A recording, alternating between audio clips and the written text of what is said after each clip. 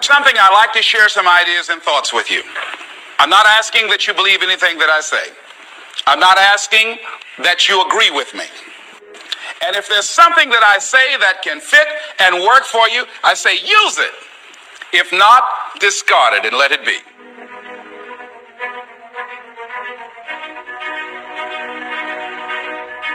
One of the things I have realized, and many of us have, that if you want something out of life, if you want to change yourself, if you want to acquire something, if there's some goal that you want to reach, that is really not easy as some people will make us feel. That living your dream, changing your behaviors, overcoming negative habits, it's challenging. It's hard. That living alone is just very difficult. And once we begin to come to grips with the fact that living is difficult, life is very challenging. I heard a song once by a guy named Dipples called, "If it ain't one thing, it's another." You will never ever have a problem-free moment in life. There's always something. So how do we begin to nurture that hunger? What are the characteristics or the qualities of people that are hungry? What will it take for me to get some of the things that I want?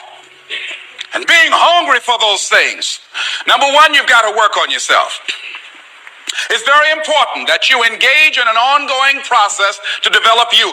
Spend more time on yourself than what you've been spending. It's very important. You owe that to yourself. I was reading a book by Og Mandino called The University of Success. Read one line, gave me a chill. I didn't have to read anything else in the book. He said, many of us never realize our greatness because we become sidetracked by secondary activity. We spread ourselves too thin. Don't know how to say no.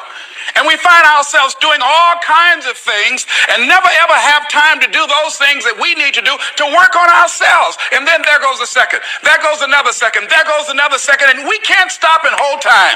And before you know it, you wake up one day and you're behind in your dreams and your bills. So decide that you're going to take some time to work on you, that you deserve that from yourself, that your life deserves some prime time. Because you are creating your own production.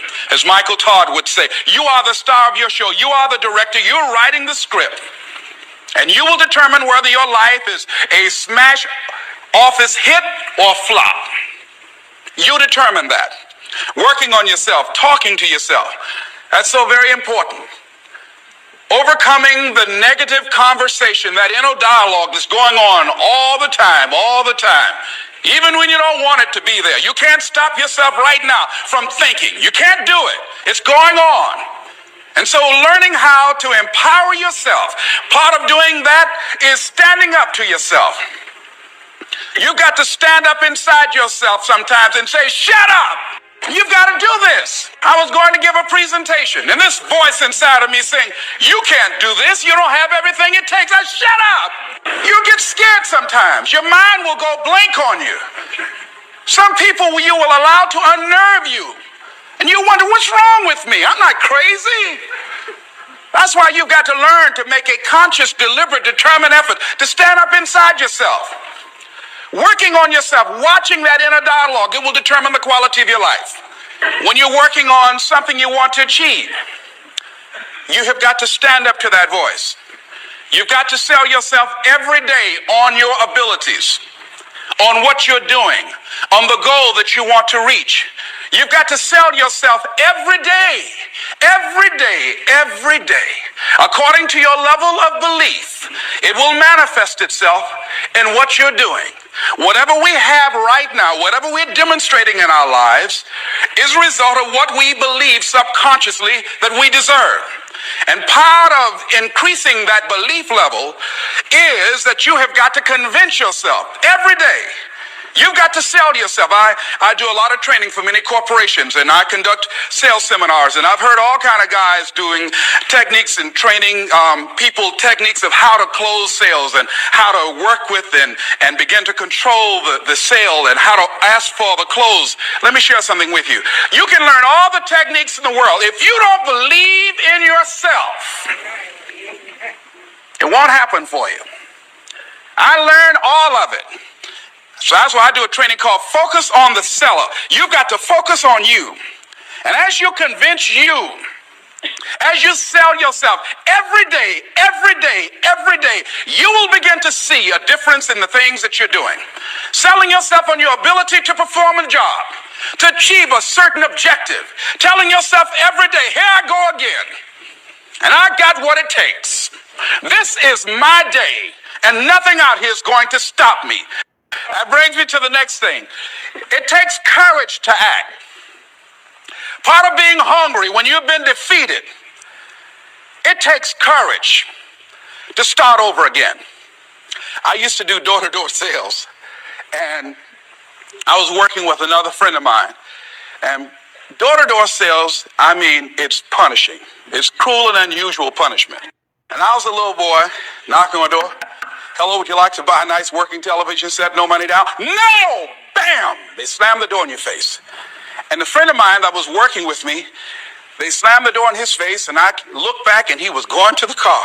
He said, I can't do this. And he sat down in the car, and he said, you go ahead. I'll be here when you get back. Now, he had a mother and father to take care of him. My mother was ill. I am adopted. I was hungry. I had to go on. I learned something about myself. That when you step into your fears, somebody said, it was Winston Churchill, he said that courage is going from failure to failure without losing enthusiasm. When you step into your fears and continue to push yourself to go on, something happens for you. When you have something you want to do, if you don't develop the courage to do that which has been given you to do, and you spend a lot of time going around trying to convince other people or trying to get their approval, what will happen is that you will lose your nerve. And other people will convince you that what you're doing doesn't have any value, and you'll give up on your dream. It's an interesting thing about life, I've also found, that if you don't have the courage to act, sometimes and particularly, if you have something special to do, life will move on you. If it were not for life, I would still be a disc jockey. I didn't just leave voluntarily to go to the state legislature. I was fired. I was working on a job, and I came home one day. I was married at the time, and I told my former wife, I said, that guy Bert I work for is stupid. She said, if he's so stupid, why does he sign you a paycheck? That night, I could not sleep well. Here was a guy that was controlling my life. I was going through all kinds of changes because this man controlled my paycheck. And it was Carlyle who said, truth crushed to earth shall rise again. Winston Churchill said, the truth is incontrovertible. Malice may attack it, ignorance may deride it, but at the end there it is. And we know scripture that says, ye shall know the truth, and the truth shall set you free. And the truth that I had to come to grips with, that I wasn't in charge of my destiny. The truth was that I wasn't giving all that I had. The truth was that there are some things that I wanted to do, but I didn't have the courage to act on those things. And the truth was that Bert Childs was a blessing to me. He made life so miserable for me, I had to start looking at my life differently. I started going to work earlier. I started being the last one to leave there. I started working harder than anybody else. The other guys could not. Why would you work so hard, Les? I said, I'm not working for them. I have been cheating, Bert, I thought. I've been cheating myself and my family. Wherever you are, whatever you're doing, do it with everything that you have. Develop the habit of giving more than what you're paid for.